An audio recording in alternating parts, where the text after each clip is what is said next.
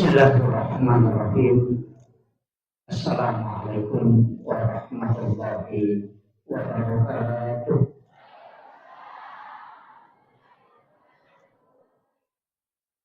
Alhamdulillahirabbil alamin. Allahumma shalli ala sayyidina Muhammadin wa ala ali sayyidina Muhammad. Mari kita sejenak mengirimkan suratul Fatihah kepada almarhum al-maghfurlah Ande Gurota Ki Haji Badruddin Soekarno. Ila hadini kulli niyatin sholihah ila hadratin Nabi Mustafa sallallahu alaihi wasallam Muhammad wa ila jami'il anbiya wal mursalin wa syuhada was sholihin wal malaikatil muqarrabin wa khususan ila ruhi almarhum Ki Haji Badruddin Soekarno. Al-Fatihah. A'udzu billahi minasyaitonir rajim. Alhamdulillahirabbil alamin. Rahmanir rahim. Iyyaka na'budu wa iyyaka nasta'in. Ihdinas siratal mustaqim. Shiratal ladzina an'amta 'alaihim ghairil maghdubi 'alaihim waladdallin. Amin amin ya rabbal alamin. Alhamdulillahirabbil alamin. Allahumma shalli ala sayyidina Muhammadin wa ala ali sayyidina Muhammad. Yang kami muliakan dan kami takzimi Al-Mukarram Ande Gurota Haji Sobihin LCMA. Yang kami muliakan dan kami takzimi pimpinan Pondok Pesantren Nurul Azhar Talawi Adena Gurota Ustaz Haji Fathur Rahman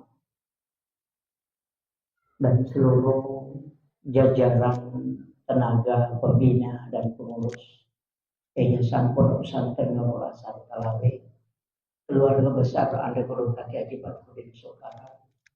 Yang kami muliakan seluruh jamiah Nahdlatul Ulama, hadir di tengah-tengah kita Ibu Ketua Muslimat NU Kabupaten Sidak beserta seluruh jajaran pengurus dan seluruh jamaah Saparih Muslimat NU. Singkatannya apa Bu ya? JSM, Masya Allah. Jamaah Saparih Majelis Taklim, Masya Allah. Yang kami muliakan guru kami, guru saya, hadir di tengah-tengah kita, Bapak Tamrin dan juga Ustaz Sahidin. Saya bersyukur karena bisa ada waktu, walaupun sebenarnya baru-baru dari Tarakan, jadi masih bisa dapat ini. Ya, alhamdulillah. Di sahabat saya Ustaz Samsudin hadir di tengah-tengah kita juga, Ketua Fatayat NU. Alhamdulillah, kita doakan semoga Ibu Ketua Fatayat selalu diberi kesehatan dan keberkahan oleh Allah Subhanahu wa taala. Ini juga hadir di tengah-tengah kita jajaran pengurus ini Ibu Samsia Mohsin hadir di tengah kita, alhamdulillah. Dan seluruh anak-anakku, para santri Pondok Pesantren Nurul Azhar dan juga santri Nurul Ikhlas Billah. Saya tidak panjang lebar karena ini sudah dekat waktu asar. Saya hanya ingin menyampaikan bahwa apa yang ada di tangan kita ini sebenarnya adalah manakib kecil Ande Gurota Ki Haji Badruddin Soekarno. Saya dulu ketika sekolah di sini disebut Tuku Masih Polo Papue, dan setelah kuliah di Makassar, saya itu sempat ada beberapa yang saya lihat di zikir ini agak mau protes. Termasuk yang terakhir itu subhanallahi adada halqihi, subhanallahi ridha nafsihi, subhanallahi wa zinata arsy, subhanallahi wa midada kalimati. Karena di dalam hadis itu subhanallahi wa bihamdihi ada halqi wa ridha nafsi wa zinata arsy wa midada kalimati. Ternyata saya yang kurang baca. Karena ternyata kalimat ini tidak sembarang. Ini susah didapat. Itu ada di kitab Tabaqatus Syadiliyatul Kubra. Itu hebatnya beliau. Kuat sekali membaca. Guru tak itu kenapa kalimat la ilaha illallah di pertama? Sebenarnya dia tulis 10, saya pernah minta. Kenapa tidak banyak? Agak nasang. Ede penulai nak anak-anak. Itu pesan beliau. Jadi bagaimana caranya beliau zikir ini dijalankan tapi tidak memberatkan. Padahal kalau kita buka di Hasinatul Asrar atau di kitab Kimyatus Sa'adah, itu kan ada. Bahwa siapa yang membaca 70.000 kali ataupun 71.000 kali kalimat la ilaha illallah, maka dia sudah menembus dirinya dari api neraka. Makanya saya kasih tahu kepada santri-santri yang ada di hadir di sini, ibu-ibu dari Muslimat NU, mestinya kita punya mengamalkan zikir la ilaha illallah ini tembuskan 70.000 kali. Itu untuk kita. Kita menebus diri kita.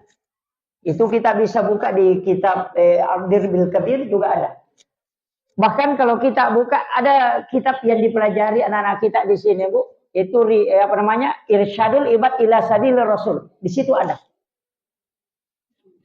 Jadi ngaji kitab Irsyadul Ibad ila Sabil Rasul itu di situ ada. Jadi kalimat la ilaha illallah itu luar biasa. Orang yang mampu membaca di dalam riwayat itu ada dua. Yang pertama 70.000 kali, yang satu 71.000 kali. Itu pulusi disebut. Jadi itu sebu atau 71.000. Itu untuk menembus diri kita dari api neraka.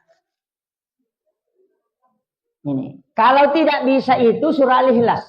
Tapi 1000 kali. Makanya orang yang meninggal itu dibacakan surah Al-Ikhlas 1000 kali. Atau 10.000 kali. Itu juga untuk menembus diri kita. Iya. Makanya disebut dengan zikir utaqah. Jadi, ini juga dipakai orang untuk anukan. Jadi ulama kita dari dulu itu. Tapi kalau guru tak, kenapa diambil sedikit? Itu untuk melatih santri. Iya. Makanya ya tuh Pak Disangangi kemarin saya sampaikan di Muslimat bahwa ilmu itu adalah mengangkat derajat. Tapi zikir itu berkah. Jadi si salah, ya ko barat kata sapa asikiriki. Tapi ya ko derajat mau didapat maka ilmu. Makanya orang yang berilmu itu diangkat derajatnya, bukan diberikan berkah. Amaliyahnya itu yang zikir, wirid, hizib, itu yang memberikan berkah. Makanya guru tak di pondok ini menggabungkan antara ilmu dengan zikir. Dan itu tidak boleh dihilangkan. Itu manakibnya guru tak itu. Saya pertama yang sangat bersedih ketika di Nurul Azhar ini itu hilang. Jadi sesibuk apapun santri belajar, tidak boleh lepas zikir.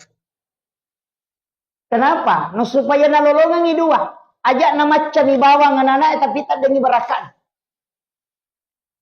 Orang bersikir tanpa ilmu itu berkah tapi agak gelap. Karena susah.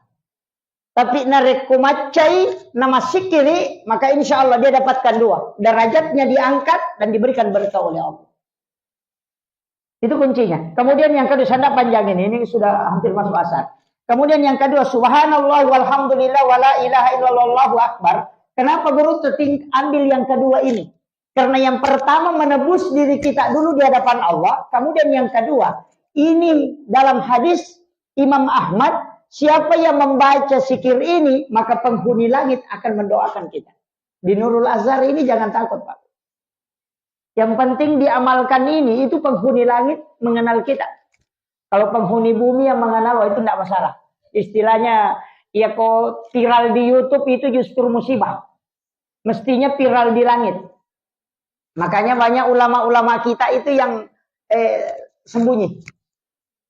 Karena saya pernah naikkan itu status di Facebook mengatakan bahwa kayu yang mengambang itu justru tidak ada isinya, tapi yang tenggelam itulah yang berisi. Makanya kalau ada ustaz kayak saya ini viral-viral, wah itu musibah itu. Justru itu kosong. Makanya yang diam-diam ulama kita yang tidak banyak bicara itu yang kadang di situ hakikat muncul. Hanya saya wasiatkan ini zikir. Makanya dulu saya mengatakan, wah kenapa begini, kenapa begini. Itu ternyata guru itu luar biasa. Makanya itu istihara yang panjang untuk bisa menetapkan ini. Kemudian yang ketiga, saya hanya pakai ini ya. Subhanallah bihamdihi subhanallahil azim. Ini kan kalimatani, habibatani fil lisan, sakilatani fil mizan, habibatani ilar rahman. Makanya zikir ini juga disebut dengan zikirnya malaikat. Nah, sebab magai, ia nak baca malaikat, kemudian Allah memberikan rezeki. Makanya Rasulullah mengatakan kalimatani, angka 2 kalimat yang mudah diucapkan oleh lisan, tapi berat timbangannya di hari kemudian, dan yang maha rahman itu suka. Hanya kalimatani habibatani fil lisan, sakilatani fil mizan, habibatani ilar rahman. Iya, jadi itu. Makanya itu kan biasa kalau ibu-ibu sudah pasti hafal, sudah sholat sunnah subuh, baca itu. Subhanallah bihamdi, subhanallahil azim, astagfirullahaladzim. Itu ya. Jadi anak-anakku yang di pesantren harus hafal ini. Nanti kalau sudah keluar dari pondok, pecah ini zikir. Pecah. La ilaha illallah dipecah. Nanti di sini kan dikumpul dulu. Makanya dikumpul, kenapa dikumpul? Karena masih sibuk belajar. Nanti ketika keluar, pecah ini zikir. Artinya pecah, pindahkan ke subuh, ambil misalnya la ilaha illallah 100 kali. Kemudian nanti antara sholat sunnah subuh dengan subuh, subhanallah bihamdi, subhanallahil azim, astagfirullahalazim. Kemudian ambil di waktu duha, zikirnya malaikat. Atau pada saat bangun tahajud, ambil 100 kali. Itu kita pecah. Istilahnya ia nalengi guru tak sitongan na simpul. Maka dia nasikiri asa nasikiri nalengi.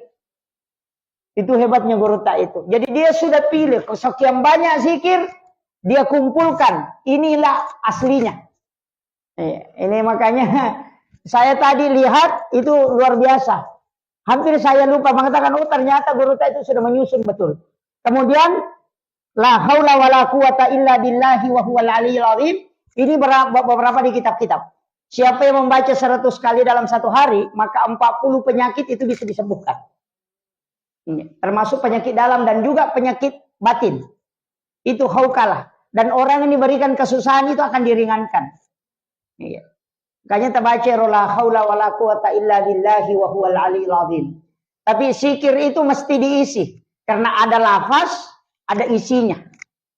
Ada namanya hakikat zikir, ada lahiriahnya. Ya kalau lahiriahnya diucapkan. Kalau hakikatnya kemana kita berzikir. Ya natu nak kada topan rite, patat dengi jolo alemu napa ko masikir. Yang kata makada ya ko salawa, pahadere ijolo nabita napa mu bereselagi. Itu kan makanya itu ulama kita dulu. Kalau anak-anak santri di sini kan masih awal. Masih ini, tapi alhamdulillah kita bersyukur. Di sini betul-betul Pak, kalau ya kodena terbiasa tamu ke pondok masesah, mapat di aja na kupure masampaja karena zikirnya guru itu sempurna betul itu. Apalagi kalau maghrib isya sempurna betul itu. Dia ambil semua. Jadi makanya yo puto imange sesa makopai taci polo-polo meninalah. Namun ya ro nagare matto man ya alhamdulillah sakadagan. Itu kan. Kalau di sini lengkap betul itu. Makanya anak-anakku bersyukurlah. Dan ini adalah sebenarnya adalah manakibnya guru tak yang tidak boleh hilang. Mesti ini dibukukan. Jadi saya sebenarnya itu mulai dari istilahnya sejarahnya guru tak, perjuangannya bagaimana meletakkan pondok ini itu luar biasa. Awalnya kan pondok bukan di sini, itu di sana. Yang sebelah sana. Tapi ada sedikit masalah makanya pindah ke sini. Ya, saya belum dapat yang di sana. Kalau orang Mamu ini sudah dapat di sana. Saya dapatnya di sini karena saya letting ketiga. Nah, jadi tinggal. Tapi saya bersyukur Bu. Kenapa saya mengatakan bahwa saya mengatakan beliau adalah bapak saya. Makanya Ibu Fatmawati saya mengatakan dia adalah ibu saya. Kenapa? Karena saya tidak mungkin sekolah kalau bukan dia. Saya alumni ketiga. Angkatan ketiga. Jadi saya itu dulu pas selesai sanawiyah, selesai aliyah, saya bilang saya harus bertani karena tidak ada uang. Orang tua tidak mampu. Lalu dia mengatakan, Hendrik kau jumpa nama sekolah. Engkau bola aku mundur kau ditondrok. Nanti saya yang bayarkan. Jadi saya itu kuliah itu dibayarkan sama beliau. Rumahnya saya tempati. Sampai semester berapa itu saya selalu bolak-balik. Itu beliau. Makanya saya mengatakan saya tidak bisa. Makanya pas selesai saya mengatakan saya harus kembali ke pondok. Mengabdi. Jadi saya memang bersyukur Bapak Ibu sekalian. Karena beliau yang berikan petunjuk. Sehingga bisa sekolah. Kemudian. La ilaha illallah wahdahu la syarika lah lahul mulku wa lahul hamdu yuhyi wa yumiitu ala kulli syai'in qadir. Itu di pondok ini dibaca 10 kali di waktu maghrib dan 10 kali waktu subuh. Itu kan hadis. Rasulullah mengatakan, walaupun sebesar bui di lautan dosamu, maka akan dihapuskan oleh Allah. Itu. Barakatnya itu la ilaha illallah wa la syarikalah. Kayak matori baca koto tamu pasa itu. Nih, yang penting dia atau lalu samping, lewat pintu pasar baca itu.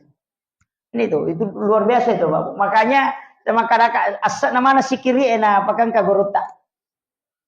Jadi makanya kalau untuk anak-anak santri yang hadir di sini dan kita semua ambil zikir ini, kalau kita tidak bisa ambil 100-100 cukup 10-10. Jadi istilahnya agak istilahnya kok Pak Murah. Dosisnya. Nah, dosisnya dena rule patandre. Karena zikir itu juga tidak bisa terlalu langsung banyak, bahaya. Tapi saya sampaikan, ya kau pura ki masih kiri, pura ki mengaji, jangan minum. Jangan minum, Pak Bu. Itu di Imam Nawawi, di Masjid itu.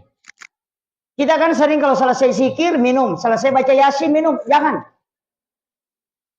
Jangan minum air. Kecuali selesai sholawat, itu disunahkan minum. Karena itu berkah. Tapi ya kau pura ki masih kiri, pajak pima palla aleta anak pakai minum. Supaya jin dalam tubuh itu terbakar. Kadang kita begitu, Pak, minum. Karena tidak tahu. Kalau sebenarnya kalau ru'ya diri itu, zikir, jangan minum. Kan panas tubuh itu. Mau 3 roy maraku menetup. Padahal kan sebentar. Kadang kita bicara lama tapi tidak haus. Tapi zikir tidak lama kemudian langsung mau minum. Jangan. Itu kuncinya. Makanya setelah selesai zikir, puraki masih kiri, puraki maji. Apalagi kalau sholat. Dan sekumat tarawih, pura sidon rekam, malah siwa ini minum. Oh jangan. Biarkan jin dalam tubuh itu terbakar dan sehingga dalam aliran darah itu dia keluar. Makanya itu nak kadana bita ya kau tahu mas sempajan naturungi pusat baraka lo punya itu. Bukan karena cuaca panas tidak, tapi karena hawa panas itulah yang menyebabkan keringat keluar. Dan itulah jin terbakar dalam tubuh, makanya dilarang minum. Kecuali puraki masalawat langsung minum lah sebab baraka.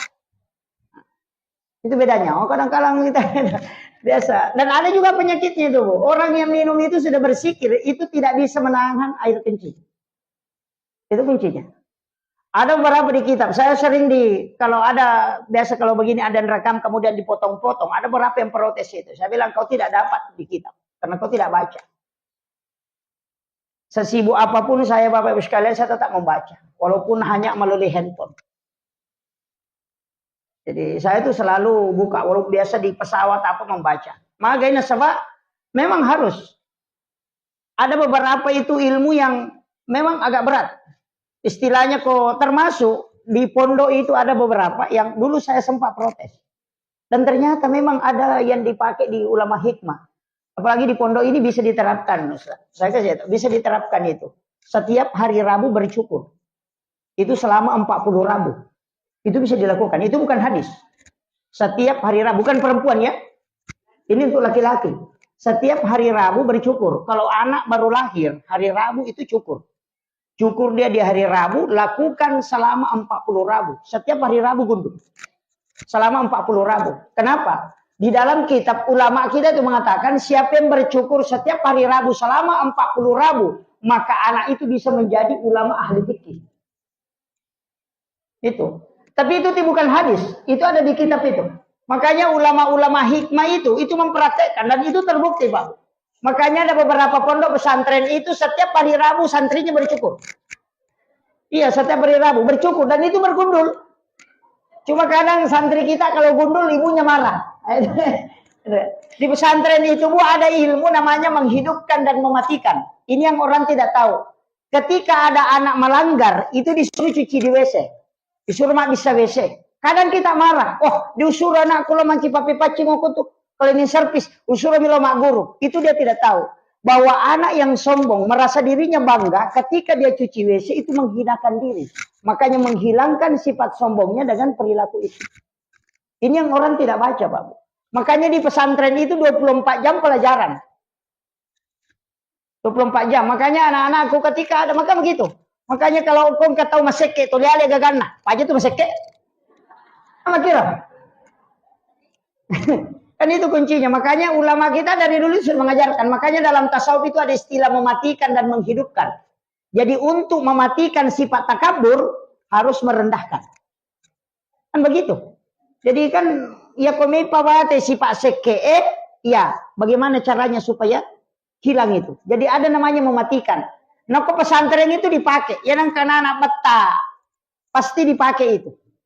Tapi saya terus terang, saya belajar di sini 6 tahun. Kembali mengabdi kurang lebih 15 tahun. Itu saya tidak pernah melihat guru marah. Guru Kiai Fathudin. Tidak pernah. Saya tidak pernah melihat. Kalau marah ke santri tidak pernah. Paling ingat tuh macai guru tamakadami. Iko tumbok. Mama ko di kupure. Cuma begitu. Itu guru luar biasanya. Dan itu terus saya mengatakan saya bisa ikuti. Makanya biasa pada guru tak dia itu ke ustaz. Lalu cala tuh dana enak kadai. Menyamanya tahu. Itu benar-benar. Makanya aku terlalu cala tuh dana. Tapi guru tidak sama kada. Aja mau batal, lapor ke stasiun.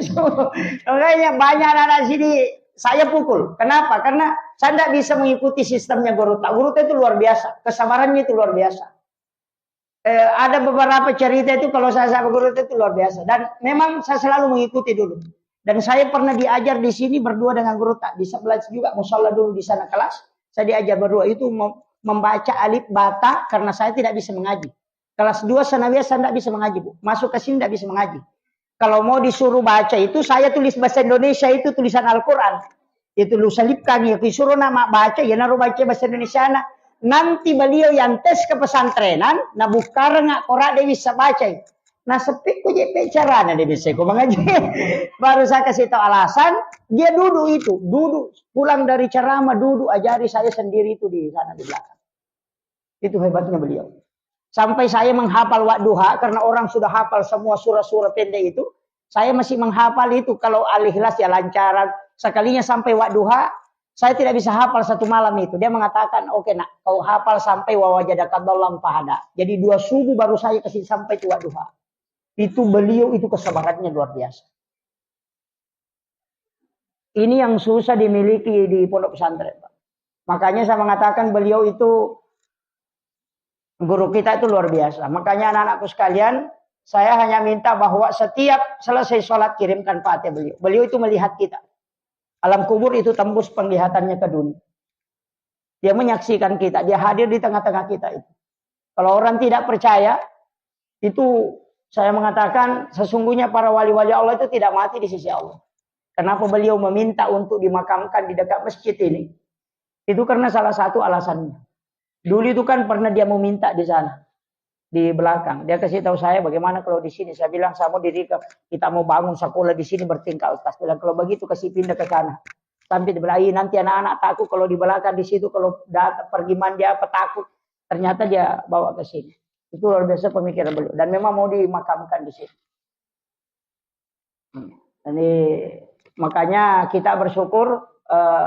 Ada ulama kita yang luar biasa di pondok pesantren ini, anak-anakku, saya selalu mengatakan, takzimlah kepada guru-gurumu, takzimlah kepada kedua orang tuamu, karena di situ kunci keberkahan.